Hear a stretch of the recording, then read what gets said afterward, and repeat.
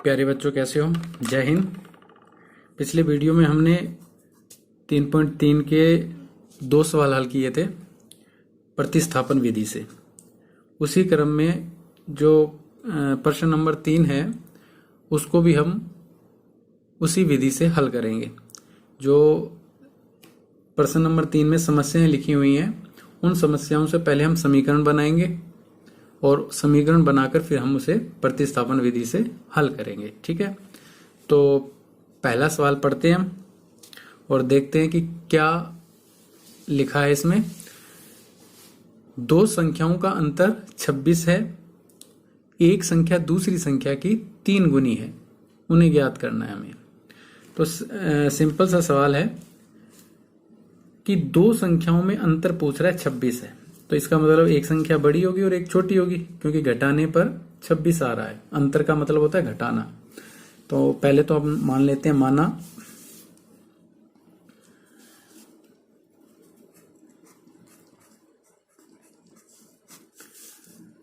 बड़ी संख्या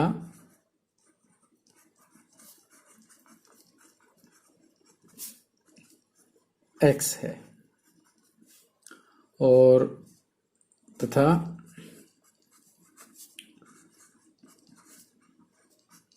छोटी संख्या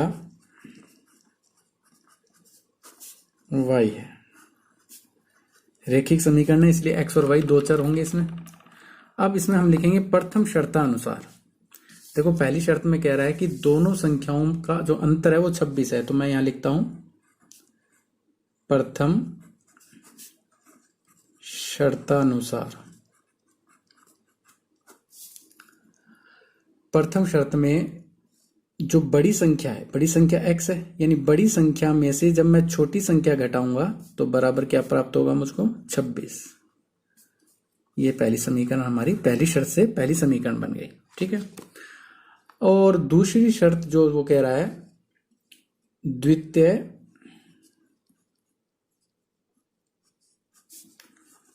शर्तानुसार।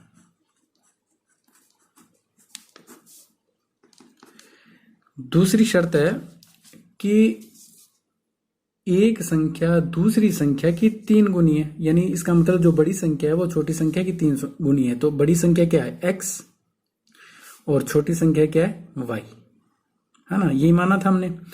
अब जाहिर सी बात है कि जो बड़ी संख्या होगी वही होगी 3 गुनी, तो ये 3 गुनी है इसकी। तो अगर मुझे बराबर का निशान लगाना है तो 3 को किससे गुणा करूंगा? छोटी संख्या को 3 से गुणा करूंगा ताकि बराबर हो जाए। ये तो 3 गुनी पहले से ही ज्यादा है, तो x बराबर, यानी बड़ी संख्या छोटी संख्या की 3 गुनी है। तो ये दूसरी समीकरण हमारी बन गई। अब इस x का मान 1 में प्रतिस्थापित कर दूंगा, क्योंकि x का मान सीधा सिंपल सा x का मान आ ही गया, किसी का पक्षांतर करने की तो जरूरत है नहीं। तो मैं लिखूंगा x का मान समीकरण 1 में रखने पर, या समीकरण 2 का मान समीकरण 1 में रखने पर। अब जहां x, देखो समीकरण 1 क्या है? x माइनस वाई बराबर 26, और इस x की जगह मुझे क्या लिखना है? इस x की जगह लिखना है मुझे 3y। तो यहां मैंने रख दिया इस x की जगह 3y, क्योंकि x का मान 3y था। बाकी ऐसे का ऐसा ही आ जाएगा, माइनस वाई बराबर 26। अब 3y में से 1y गया, क्या बच गया? 2y, क्योंकि ये 1y है और ये 3y है। माइनस का निशान है इसलिए घटेंगे, तो बराबर 26। अब 2 का पक्षांतर करूंगा, 2 किस में है? गुणा में, और 26 के पास लेके जाऊंगा तो किस में चला जाएगा? भाग में चला गया। 2 26 में 2 का भाग दिया, 13 दूना 26, यानी 13, y का मान 13 आ गया। तो एक संख्या हमारे पास 13 आ गई। अब इस y का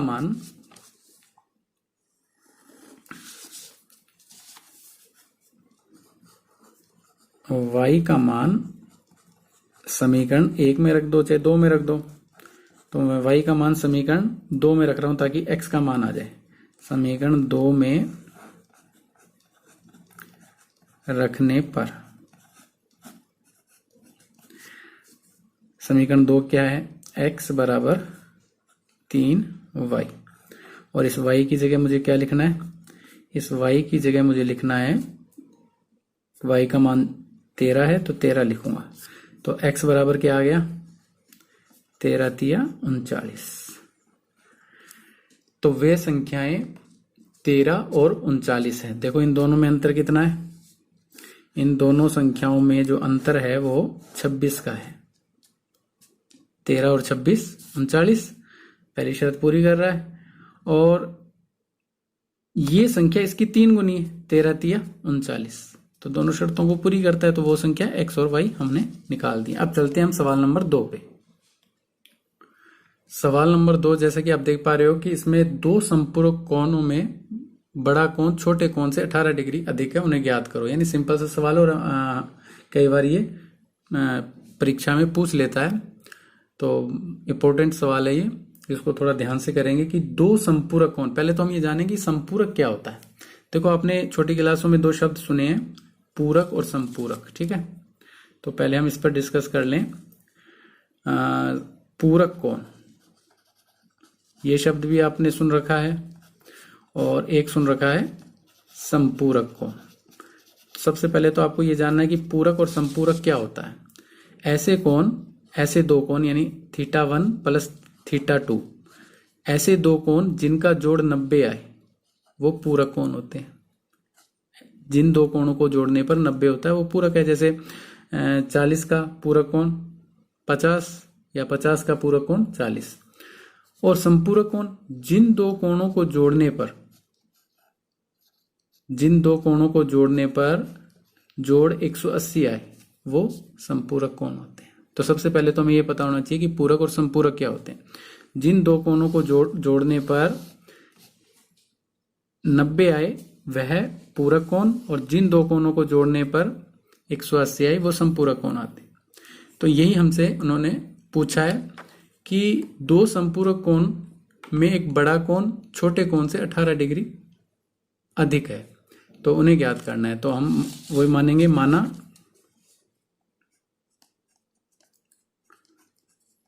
बड़ा कोण x है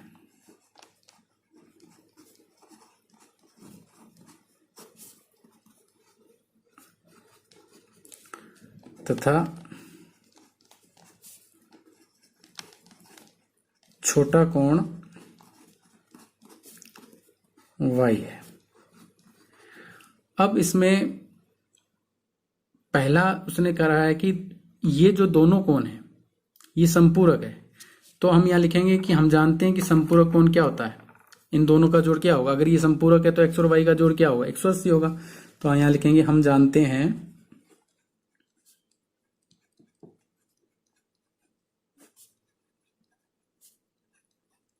कि x प्लस y दोनों कोण अगर संपूरक हैं तो इन दोनों का जोड़ क्या होगा, 180 होगा। तो ये समीकरण 1 बन गई। अगर आप ये नियम जानते हो कि संपूरक कोणों का जोड़ 180 होता है तो इससे एक समीकरण बन जाएगी। और अगली जो शर्त है उसमें वो क्या कह रहा है, तो अगली लिखता हूं मैं शर्तानुसार। शर्तानुसार, शर्तानुसार क्या है कि बड़ा कोण छोटे कोण से 18 डिग्री अधिक है। तो इसको किस प्रकार लिखेंगे, बड़े कोण में से अगर हम छोटा कोण घटाएंगे, क्योंकि बड़ा कोण छोटे कोण से 18 अधिक है, यानी बड़े कोण में से जब छोटा कोण घटाऊंगा तो क्या बचेगा, 18 बचेगा, क्योंकि 18 अधिक है। तो ये समीकरण 2 बन गई। तो हमारे पास इस तरह ये समीकरण दोनों आ गई। अब इस समीकरण को अपने हल कर लेंगे। किसी को भी ले लो, क्योंकि प्रतिस्थापन विधि से हल करना है। विलोपन से तो बिल्कुल आसान था, y से y विलोपन हो जाता, 2x बराबर 180 और 18 जुड़ जाते। वो चलो अगले उसमें प्रश्नावली में आपको बताएंगे, क्योंकि इसने सवाल के शुरू में बोल दिया है कि प्रतिस्थापन विधि से हल करो, तो हमें प्रतिस्थापन विधि से ही हल करना होगा, नहीं तो विलोपन विधि आसान है। अगर वो नहीं कहता है तो हम किसी भी विधि से हल कर सकते हैं। तो समीकरण मैं 2 को ले लूं, यहाँ पे समीकरण 2 से। अब 2 देखो क्या है, x माइनस वाई बराबर 18 है ना, तो इसमें x का मान निकालूं मैं, तो x को तो यहीं रहने दूं, y का पक्षांतर कर दूं तो 18 प्लस y, ये समीकरण 3 हो गई। अब चूंकि 2 को लेकर मैंने 3 बनाई है, इसलिए इस 3 का मान मैं समीकरण 1 में रखूंगा। तो यहां लिखता हूं मैं x का मान, जो x की वैल्यू है वो समीकरण 1 में रखने पर।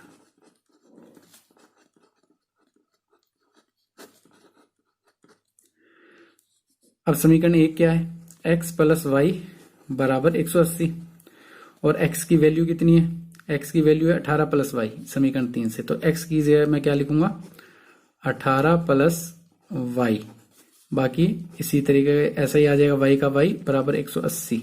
ठीक है, अब ये y और y कितने हो गए, 2y, और 18 का पक्षांतर हो जाएगा, 18 इधर आ जाएगा तो माइनस का हो जाएगा, 180 माइनस 18,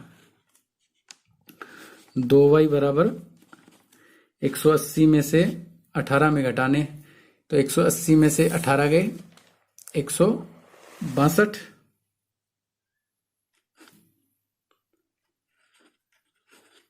तो y बराबर क्या आ गया, 162, 2 गुणा में भाग में चला जाएगा, तो y का मान क्या आ गया, 2 8 16, 2 एकम 2, 81 डिग्री जो है y का मान आ गया। अब हमें x का मान और निकालना है, तो इस y का मान जो है हम समीकरण 3 में रख देंगे। तो यहां लिखता हूं मैं, जो y की वैल्यू है, y का मान समीकरण 3 में रखने पर। अब देखो समीकरण 3 क्या है, x बराबर 18 प्लस वाई, और y की जगह मुझे लिखना है 81, तो y की जगह मैंने 81 लिखा, और 18 और 81 कितने हो गए, 8 और 1 9, 8 और 1 9 यानी 99। तो ये दोनों कोण मेरे पास आ गए, तो यानी पहला कोण 99 और y का कोण 81। ठीक है, देखो दोनों का जोड़ कितना आ रहा है, 99 और 81 कितने हो गए, 180, यानी दोनों संपूरक कोण है। और दूसरी शर्त थी कि एक कोण दूसरे कोण से 18 अधिक है, तो 99 में से 18 घटाऊंगा तो 81 है, 81 में 18 जोड़ दूंगा तो 99, तो दोनों शर्तों को पूरी करता है। तो इस प्रकार ये हमारा दूसरा सवाल पूरा होता है। अब देखते हैं तीसरा सवाल की ओर।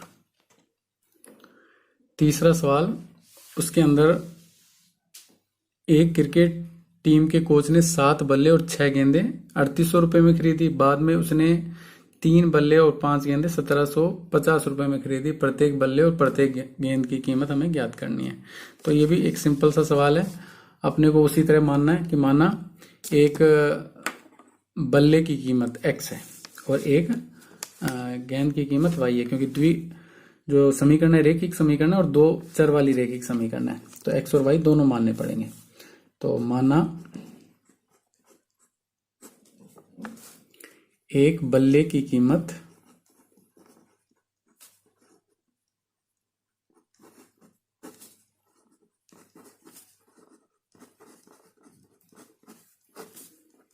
बराबर x तथा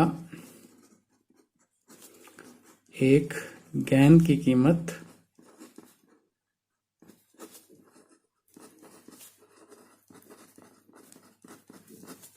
बराबर y। अब प्रथम शर्त क्या है, तो यहां लिखूंगा मैं प्रथम शर्तानुसार। प्रथम शर्तानुसार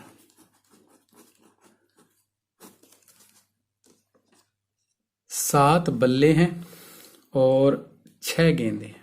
ठीक है ना, प्रश्न के अंदर पहली शर्त में क्या दिया है कि 7 बल्ले और 6 गेंदें, और एक बल्ले की कीमत x है, तो 7 बल्लों की कीमत क्या होगी, 7x। तो यहां लिखूंगा 7x प्लस, और एक गेंद की कीमत y है, और कितनी गेंदें खरीदी हैं उसने, 6 गेंदें खरीदी हैं, तो 6 गेंदों की कीमत कितनी होगी, 6y। और 7 बल्ले और 6 गेंदें दोनों को प्लस किया है, क्योंकि दोनों की कीमत के कितने रुपए अदा करता है पहली शर्त में, 3800 रुपए। तो मैंने लिख दिया बराबर 3800 रुपये। तो इस तरह प्रथम शर्त में हमारी पहली समीकरण इस तरह बन गई। ठीक है, अब प्रथम शर्त के बाद हम देखेंगे द्वितीय शर्त। तो यहां लिख देता हूं मैं द्वितीय शर्तानुसार। अब द्वितीय शर्त में देखो, उसने 3 तो बल्ले खरीदे और 5 गेंदें खरीदी हैं। तो 3 बल्लों की कीमत होगी 3x, क्योंकि एक बल्ले की कीमत हमने x मानी है। तो 3 को x से गुणा कर दिया 3x। और एक गेंद की कीमत हमने y मानी है, तो गेंदें खरीदी है उसने 5, तो कितना हो गया 5y। और दोनों के मिलाकर उसने कितने रुपए दिए हैं, उसने 1750 रुपए दिए। तो बराबर मैंने लिख दिया 1750। तो ये समीकरण हमारी दूसरी। अब इसको हम प्रतिस्थापन विधि से हल करेंगे समीकरण 1 और 2 को। तो आप चाहे समीकरण 1 को लेके हल कर लो या 2 को लेके हल कर लो। जैसे मैं समीकरण 2 को लेके हल कर रहा हूं, समीकरण 2 से। ठीक है, 1 को लेके भी कर सकते हो, कोई दिक्कत नहीं है। अब पक्षांतर देखो, पहले समीकरण 2 लिख देता हूं। समीकरण 2 क्या है, 3x प्लस 5y बराबर 1750। अब इसमें सिर्फ पक्षांतर करना है, या तो x अकेला रह जाए या y अकेला रह जाए। तो मैं 5y को उधर ले जाता हूं। तो 3x बराबर 1750 माइनस 5y। 5y इधर आकर माइनस का हो गया। अब x अकेला रखना है तो x को लेके जाऊंगा उधर, x गुना में है तो 1750 बटे 5y के भाग में चला जाएगा 3। तो ये समीकरण हमारी 3 हुई। ठीक है, x का मान आ गया हमारे पास।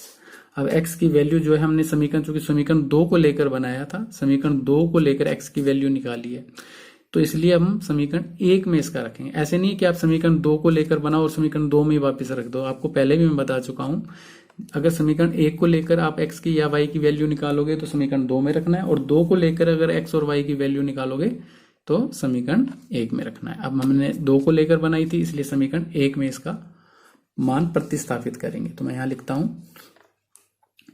x का मान समीकरण 1 में रखने पर। अब समीकरण 1 क्या है, मैं यहां लिख लेता हूं 7x प्लस 6y बराबर 3800। और इस देखो x की जगह मुझे क्या रखना है, 7 के गुणा में x है, तो x के स्थान पर मुझे लिखना है ये मान। x की जो वैल्यू हमने निकाली है वो लिखना है। तो x की वैल्यू है 1750 माइनस 5y बटे में 3, बाकी ऐसे कैसे आ जाएगा 6y बराबर 3800। ठीक है, अब इसके बटे में 3 है, तो इसके बटे में मैंने 1 मान लिया। अब इसका हर भी मुझे 3 ही करना है, यानी इन दोनों का हर मुझे क्या करना है, 3 करना है। तो मैं क्या करूंगा, इसको भी 3 से गुणा कर दूंगा। ये तो ऐसे कैसे आ जाएगा 1750 माइनस 5y प्लस 3 का गुणा हो गया 6 × 18y। ठीक है, अब इसके बटे में भी 3 आ गया बराबर 3800। 3800 के बटे में भी कुछ नहीं है, तो इसके नीचे भी मैंने 1 मान लिया। अब देखो 7 के साथ इसका गुणा है, तो पहले तो 1750 को 7 से गुणा करता हूं। तो 7 0 0 7 5 35 3 49 52 5 तो 5 12 1250, यानी 1750 को 7 से गुणा किया तो 12250। 5 को और 7 से गुणा किया 7 5 35, क्योंकि 7 के साथ इस दोनों का गुणा है। ठीक है, ये ऐसे कैसे आ जाएगा 18y बटे में 3 बराबर 3800। आसानी के लिए मैंने 1 मान लिया, क्योंकि जिसके हर कुछ नहीं होता उसका हर 1 होता है। अब मैं क्या करूंगा, तिरछा गुणा कर दूंगा, इसे 3 से और इसे 1 से। पहले तो मैं ये लिख लेता हूं, इसको पहले और आगे सरल कर लेता हूं। 12 250 35 में से 18 अपने को घटाने हैं, तो 35 में से 18 गए 17 बचे ना, 17 दूना 34 और 1 35। हाँ, तो माइनस के 17y बटे में 3 बराबर 3800। अब मैं क्या करूंगा, वज्र गुणन यानी तिरछा गुणा करूंगा, क्रॉस इसको 1 से और इसको 3 से। तो 1 से किसी भी संख्या को गुणा करने पर वही की वही वैल्यू रहती है। तो 12250 माइनस 17y, और इसको 3 से गुणा किया, 18 54, यानी 5400 आ गया ये। अब वही पक्षांतर करूंगा, 12250 को इधर लेके आऊंगा तो किसका हो जाएगा, माइनस का 12250 माइनस 17y बराबर 5400 में से 12250 गए। तो ये छोटा है बड़ा है ना, तो माइनस का ये बचेगा। हमने एक मिस्टेक कर दी है, 38 54 कर दिया, जबकि 38 8 3 8 24 हासिल 2 3 3 9 10 11। यहाँ गलती करती है, ये 5400 नहीं है, 11400 है। ठीक है, 11400 11400 करनी है इसको।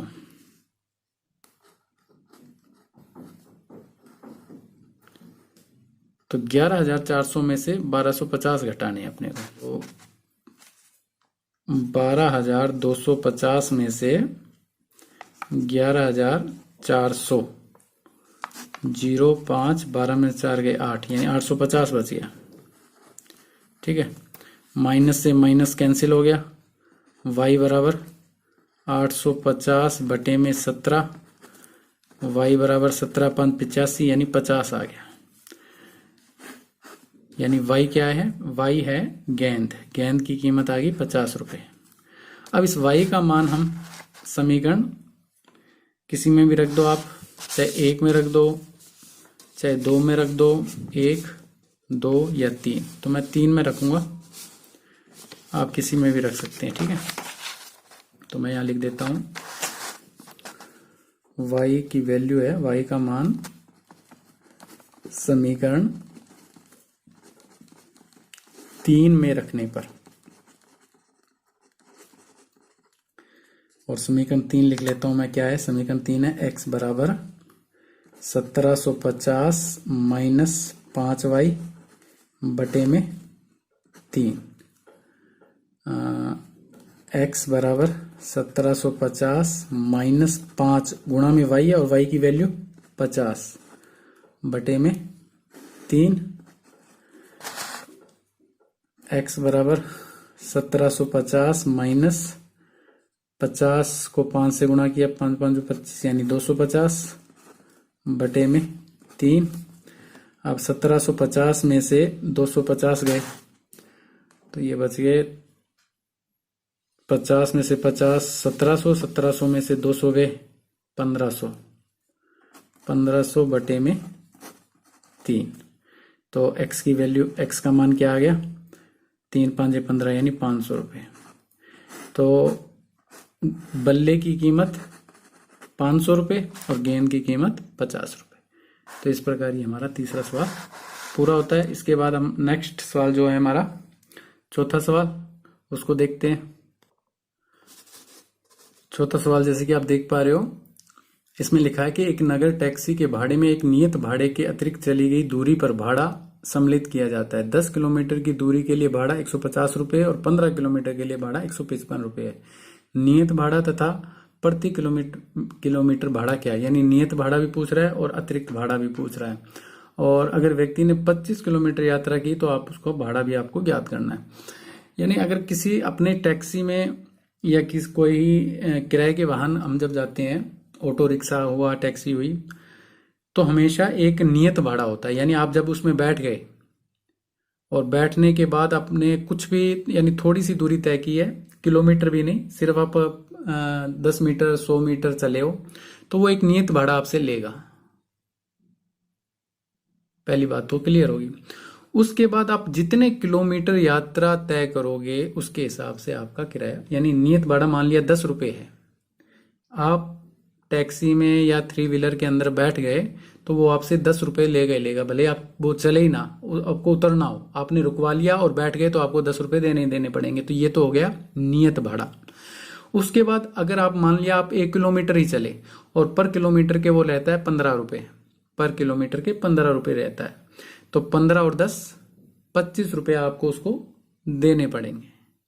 ठीक है, तो यही हमें इस सवाल के अंदर पूछा है कि एक नियत भाड़ा है और एक अतिरिक्त भाड़ा है। अतिरिक्त भाड़ा लगता है पर किलोमीटर पे, तो उसी तरह हम मानेंगे माना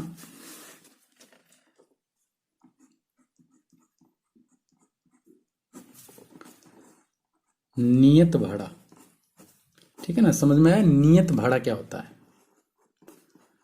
ऐसा भाड़ा जो टैक्सी वाला आपसे लेगा ही लेगा, वो होता है नियत भाड़ा। ठीक है, और अतिरिक्त भाड़ा क्या होता है? जो पर किलोमीटर के हिसाब से, जितना किलोमीटर आप चलोगे उसके हिसाब से आपसे ये भाड़ा लेगा। तो अतिरिक्त भाड़ा हमने माना है y। अब इसमें भी दो शर्तें हैं। पहली शर्त क्या है कि वो 10 किलोमीटर चलता है। पहली शर्त में तो मैं यहां लिखता हूं प्रथम शर्तानुसार, ये प्रथम शर्त है। प्रथम शर्त में कितने किलोमीटर चलता है वो? प्रथम शर्त में वो चलता है 10 किलोमीटर के लिए, तो मैं यहां लिखता हूं 10 किलोमीटर के लिए।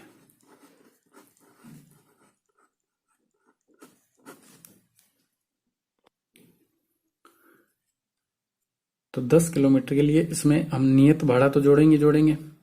ठीक है, उसके बाद 1 किलोमीटर का y रुपए लेता है, तो 10 किलोमीटर के लिए 10y, और दोनों मिलाकर उसने कितने लिए? दोनों जोड़कर 105 रुपए उसने लिया। अगर 10 किलोमीटर चलता है तो वो 105 रुपए लेता है। तो ये समीकरण 1 हो गई। ठीक है, उसके बाद लिखता हूं द्वितीय शर्तानुसार। द्वितीय शर्तानुसार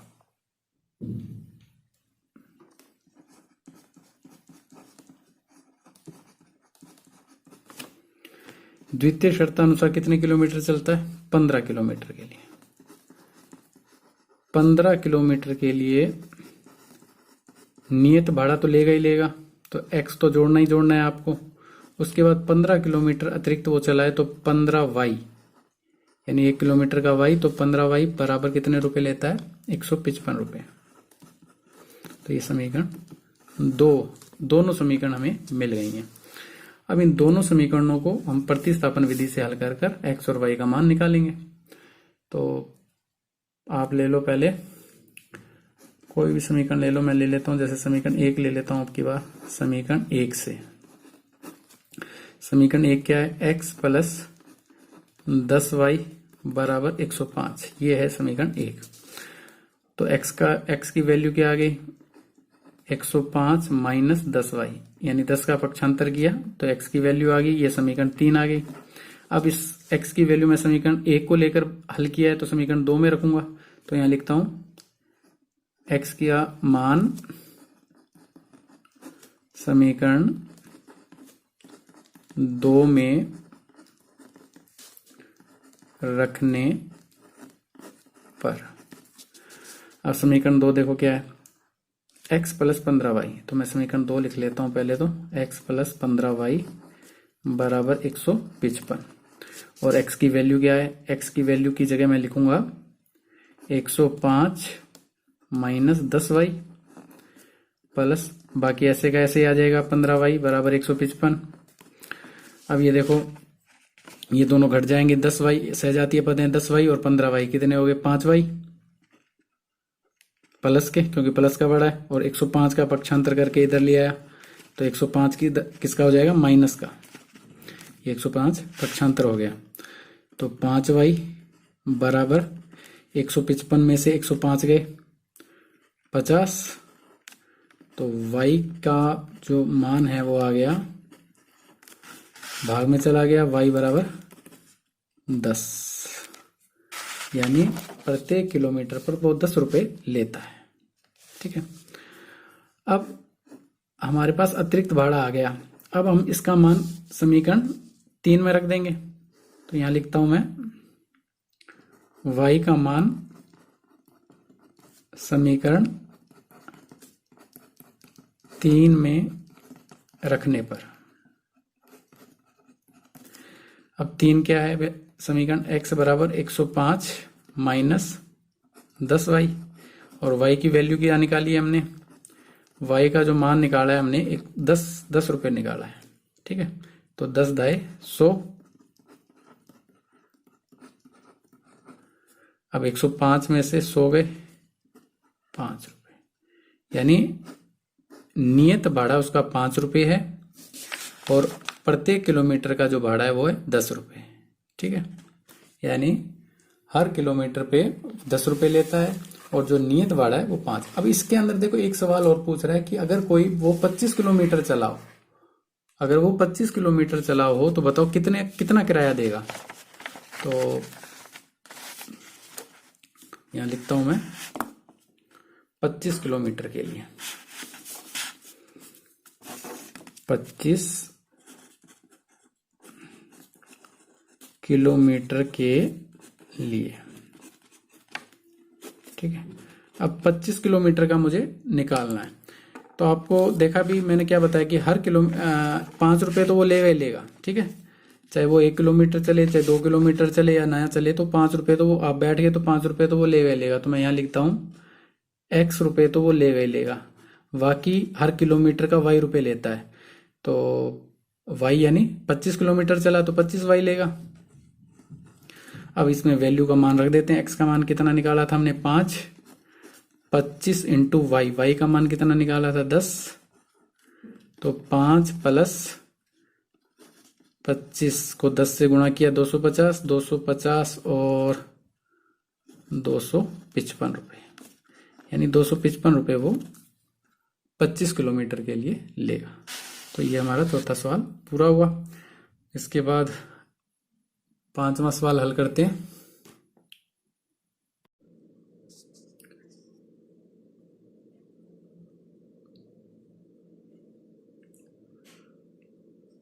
पांचवा सवाल, जैसे कि आप देख पा रहे हो कि यदि किसी भिन्न के अंश और हर में दोनों में 2 जोड़ दिया जाए तो वह 9/11 हो जाती है। यदि अंश और हर में अगर 3 जोड़ दे तो 5/6 हो जाती है।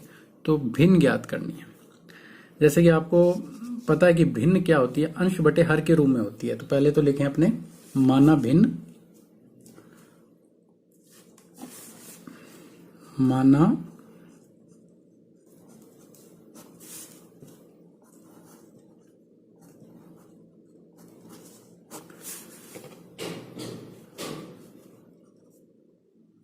अंश तो x है और हर y है, तो भिन्न को हमने x बटे y मान लिया। माना भिन्न, वह भिन्न ज्ञात कीजिए। तो वह भिन्न क्या है, x बटे y। तो जो ऊपर वाला आपने छोटी क्लासों में पढ़ा कि भिन्न का ऊपर वाला हिस्सा अंश और जो बटे में हिस्सा होता है वो हर होता है। ठीक। अब शर्त पहली वही कि शर्त क्या है पहली कि अंश और हर में दोनों में 2 जोड़ दें। तो मैं यहां लिखता हूं प्रथम शर्तानुसार क्या कर दें कि दोनों में हर जोड़ दें, अंश में भी और हर में भी। तो अंश तो है x और हर है y। अंश में भी 2 जोड़ दूं और हर में भी 2 जोड़ दूं तो प्रश्नानुसार प्रथम शर्तानुसार क्या हो जाता है कि वह भिन्न 9/11 के रूप में हो जाती है। अब इस रूप में मुझे भिन्न प्राप्त हो गई। तो जैसे हम छोटी क्लासों में करते थे कि इसका वज्र गुणन करते थे, यानी तिरछा गुणा। इसको तो किससे गुणा करेंगे 11 से और इसे 9 से। तो वज्र गुणन लिख सकते हो या फिर लिख सकते हो भी तिरछा गुणा करने पर। तो इसको 11 से गुणा किया 11x और 11 दूना यानी दोनों का गुणा होगा 11 दूना 22 बराबर इधर 9 से गुणा होगा 9y प्लस 9 दूनी 18। अब देखो पक्षांतर करेंगे क्योंकि इसे हमें रेखिक समीकरण का रूप देना है। तो रेखिक समीकरण जो है ax by प्लस c के रूप में होती है।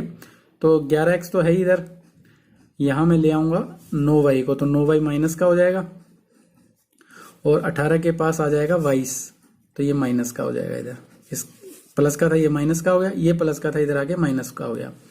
तो समीकरण क्या बन गई, 11x माइनस 9y बराबर 22 में से 18 गए माइनस का 4, तो ये समीकरण हमें 1 प्राप्त हो गई। अब समीकरण 2 प्राप्त करने के लिए दूसरी शर्त, तो दूसरी शर्त ध्यान से देखो क्या लिखा है कि यदि अंश और हर में 3 जोड़ दे, तो मैं यहां लिखता हूं द्वितीय शर्तानुसार, द्वितीय शर्तानुसार अंश और हर में, अब मेरे को जोड़ने हैं 3। कह रहा है कि अंश और हर में अगर 3 जोड़ दें तो भिन्न किस रूप में प्राप्त होती है, 5/6 के रूप में प्राप्त होती है। ठीक है, अब उसी तरीके से जो हमने ऊपर किया तिरछा गुणा, x प्लस 3 का गुणा तो 6 से हो जाएगा और y प्लस 3 का गुणा 5 से हो जाएगा।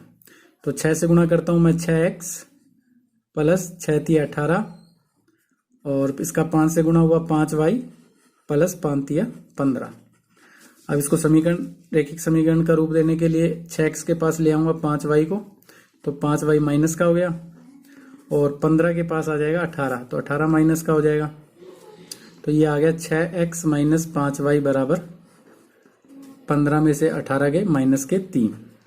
माइनस के क्यों, क्योंकि माइनस का पड़ा है। तो ये समीकरण हमारे पास 2 आ गए। अब समीकरण 1 और 2 दोनों हमारे पास समीकरण हमें मिल चुकी हैं। अब इसको हम हल करेंगे उसी नियम से, जो नियम हमने प्रतिस्थापन नियम लगाया है पिछले सवालों में। तो यहाँ समीकरण चाहे 1 को ले लो या फिर 2 को ले लो, तो मैं समीकरण 1 को लेके हल कर रहा हूं। समीकरण 1 से, समीकरण 1 क्या है, 11x माइनस 9y बराबर माइनस का 4। अब इसमें x या y का मान निकालना है मुझे। ठीक है, तो इसमें मैं निकालता हूं, पक्षांतर करता हूं मैं, 9y को उधर ले जाऊं, माइनस का 4 प्लस का 9y, उसके बाद -4 प्लस 9y बटे में कौन चला जाएगा, 11। ठीक है, ये माइनस का था प्लस का हो गया और ये गुणा में था तो यहाँ भाग में आ गया, तो ये समीकरण 3 प्राप्त हो गई। तो x की वैल्यू हमारे पास आ चुकी है। अब इस x की वैल्यू को समीकरण, मैंने चूंकि 1 को लेकर हल किया था, तो इस x की वैल्यू को समीकरण 2 में रखूंगा मैं। ठीक है, तो यहां लिखता हूं मैं x का मान समीकरण 2 में रखने पर, अब समीकरण 2 कहां है उसको लिखो। समीकरण 2 है 6x माइनस 5y बराबर माइनस का 3, ये समीकरण 2 थी। अब इसमें x की जो वैल्यू है, ये x की वैल्यू आई है, तो ये यहां पर हम x के स्थान पर लिख देंगे। तो -4 प्लस 9y बटे में 11, बाकी समीकरण ऐसी की ऐसी आ जाएगी। अब इसको आगे हल करेंगे। अब देखो, इसके इन दोनों का हर 11 है और इसका हर कोई नहीं है तो 1 होगा। अब इसका हर भी मेरे को 11 करना है। दोनों का हर 11 करने के लिए -4 प्लस 9y, इसका गुणा कर दूंगा 11 से, तो 11 × 5 55y, ये ऐसे कैसे आ जाएगा -3। अब 6 गुणा में है तो 6 का गुणा होगा, इन जो कोष्टक के अंदर जो संख्या है उसका 6 के साथ गुणा है, क्योंकि 6 के साथ x का गुणा है, तो ये x की वैल्यू ये है। तो मैं 6 का गुणा कर देता हूं, 6 चौके 24 माइनस का 24 प्लस 9 × 6 = 54 वाई माइनस 55y बटे में 11, क्योंकि 6 से इनका गुणा हो गया, बराबर 3। और 3 के बटे में मैं 1, क्योंकि हर का जो मान होता है वो 1 होता है। अब इसको आगे हल करूंगा। देखो माइनस का 24, ये दोनों घट जाएंगे, 54 में से 55 घट जाएगा, तो 55 बड़ा है, तो माइनस का 1 वाई बराबर, यहां तो आएगा नहीं, मैं यहां लिख देता हूं।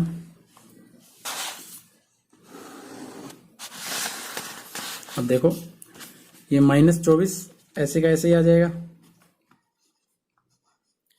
54 में से 55 गए, माइनस का 1 वाई बटे में दोनों के क्या है 11, ठीक है। 24, 54 में से 55 गए 1 वाई और बटे में 11 बराबर 3/1। अब उसी तरह तिरछा गुणा, 1 से किसी भी संख्या को गुणा करने पर कोई फर्क नहीं पड़ता है, वैसे वही की वही वैल्यू आ जाएगी। तो माइनस 24 माइनस वाई बराबर 11 को 3 से गुणा किया, 11 3 33 माइनस वाई बराबर 33, और इस 24 को इधर लाऊंगा तो ये प्लस का 24 हो जाएगा, ठीक है। अब ये दोनों जुड़ जाएंगे, जुड़ के तो बड़ा हो जाएगा। कहीं मिस्टेक हो रही है, देखो ध्यान से, कहीं ना कहीं गलती कर दी हमने, क्योंकि वाई हर तो बड़ा आ गया ना, माइनस का नहीं आना चाहिए हर, और अंश प्लस के आएंगे। यहाँ देखो ये माइनस का 3 था, माइनस का 3 था, यहाँ माइनस हमने लगाना भूल गए, ये माइनस का 3 है, ठीक है। अगर ये माइनस का 3 है तो ये 11 या 33 भी किसका होगा, माइनस का होगा, माइनस का होगा।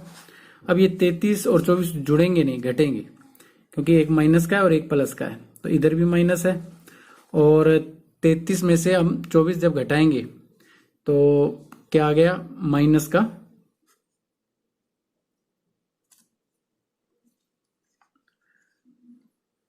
9।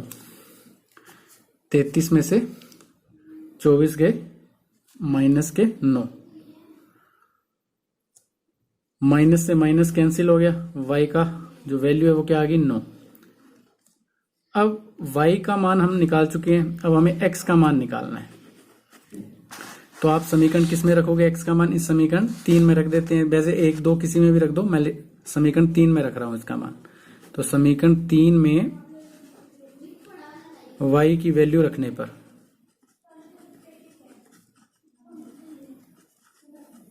अब समीकरण 3 क्या है, इसको लिख लो, x बराबर -4 + 9y बटे में 11।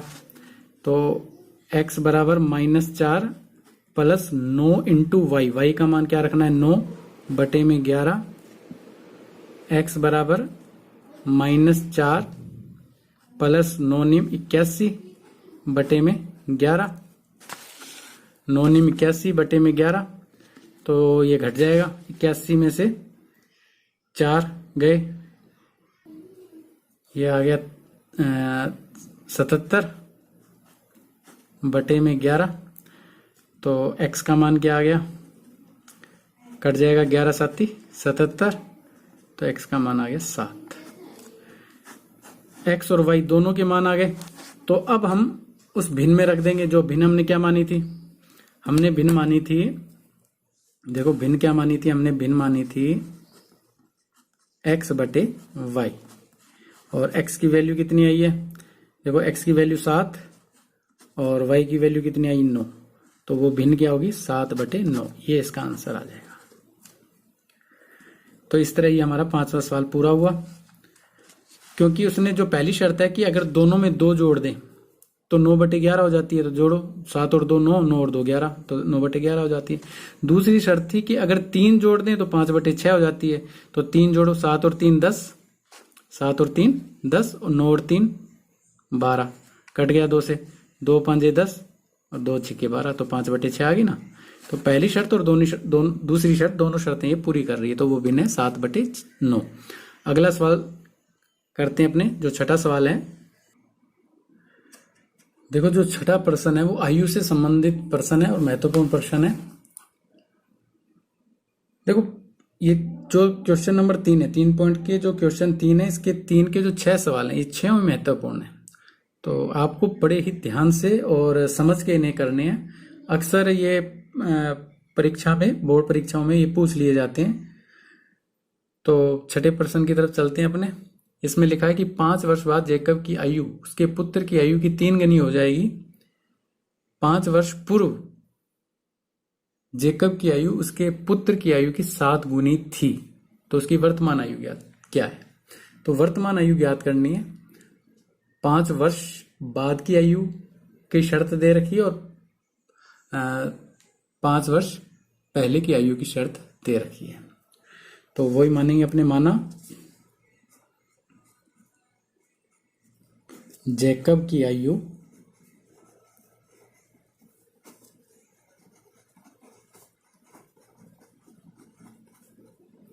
जेकब की वर्तमान आयु लिखेंगे। जेकब की वर्तमान, यानी इस समय जेकब जो है x वर्ष का है।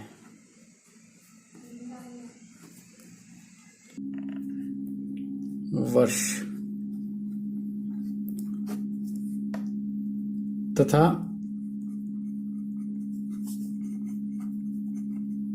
पुत्र की वर्तमान आयु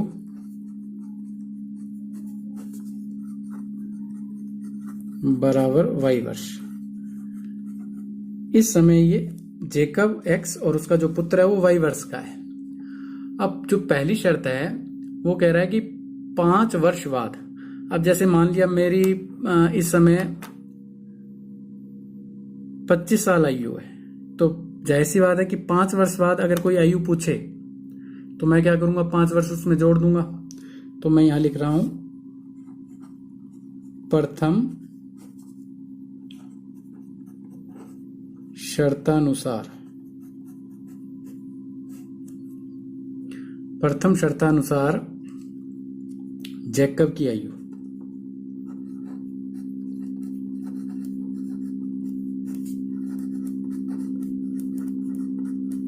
ठीक है। कितने साल बाद? 5 वर्ष बाद। प्रथम शर्तानुसार 5 वर्ष बाद, 5 वर्ष बाद जेकब की आयु और 5 वर्ष बाद उसके पुत्र की आयु, दोनों की आयु हमें 5 वर्ष बाद निकालनी है। कितनी होगी? तो हमें यह देखना है कि इसमें जुड़ेगा या घटेगा, क्योंकि इस समय 1 साल का है जेकब और उसका पुत्र y का है। तो 5 वर्ष बाद 5 साल जुड़ गए, यानी x प्लस 5 हो गया, और जो पुत्र है वो y प्लस 5 हो गया। अब प्रश्नानुसार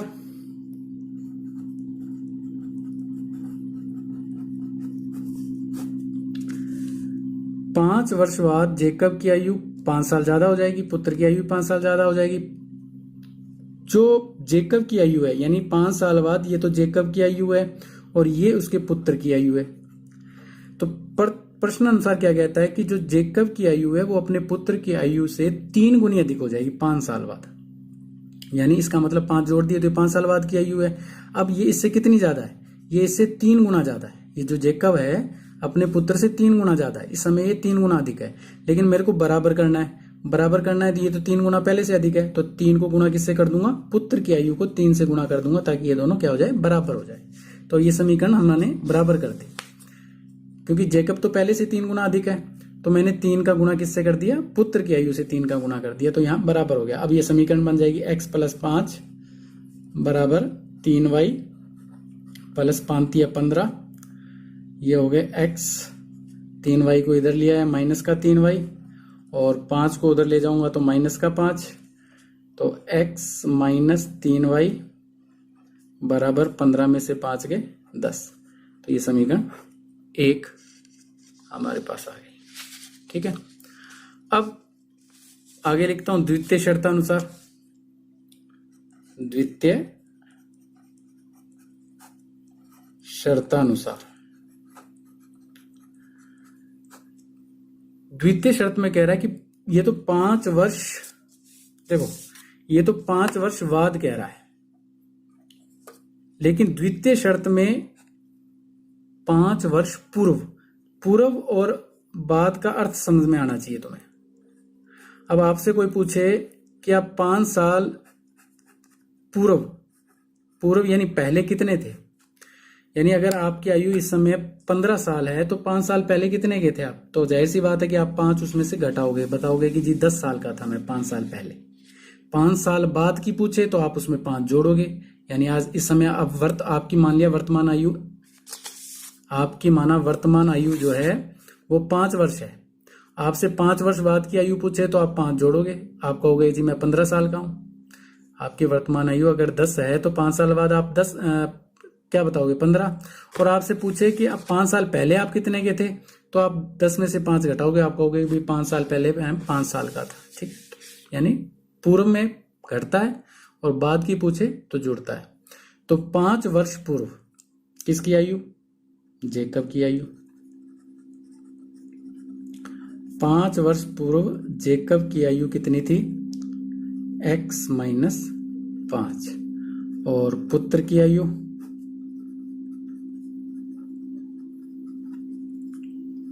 x माइनस y माइनस 5। ठीक है, अब प्रश्नानुसार यहां लिखता हूं मैं प्रश्नानुसार, क्योंकि दूसरी शर्त में भी उसने एक कंडीशन लगा दी है कि 5 साल पूर्व जेकब की जो आयु है वो अपने पुत्र की आयु की 7 गुनी हो जाती है, यानी 5 साल पहले 7 गुनी आयु थी वो उसकी।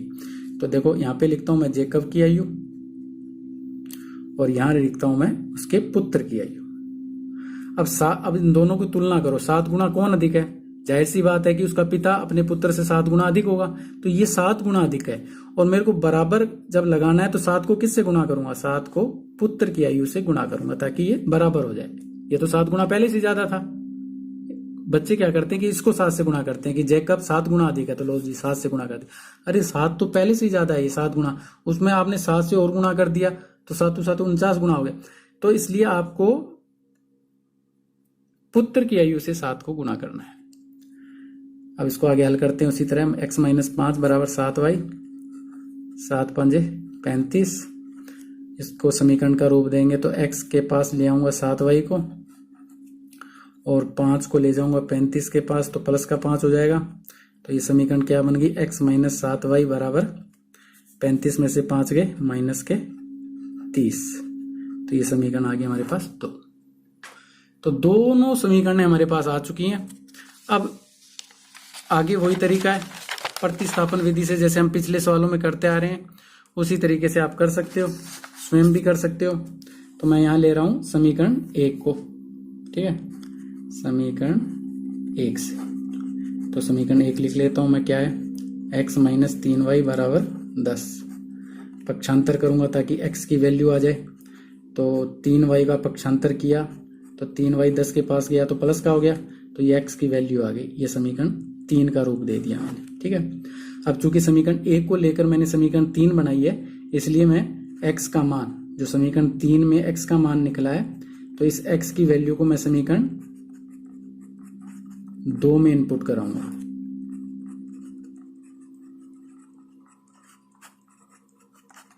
अब समीकरण 2 क्या है, x माइनस 7y बराबर माइनस का 30, और x की जगह, इस x की जगह मुझे क्या लिखना है, ये x की जो वैल्यू है ये लिखनी है। तो x की वैल्यू क्या है, 10 प्लस 3y। बाकी समीकरण इस x की वैल्यू की जगह मैंने ये लिख दिया, और बाकी समीकरण ऐसी की ऐसी आ जाएगी,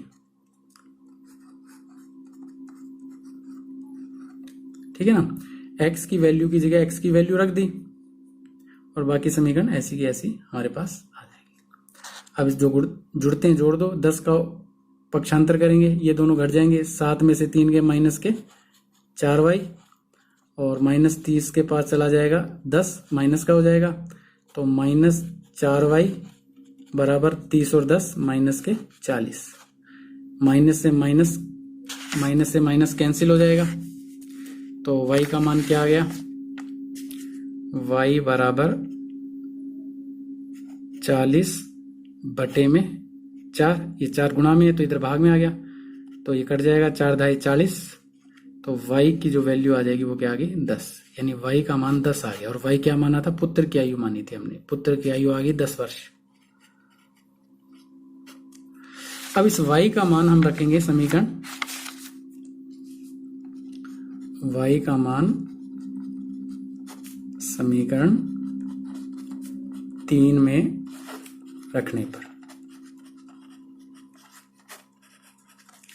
समीकरण 3 क्या है, ये रही x बराबर 10 + 3y।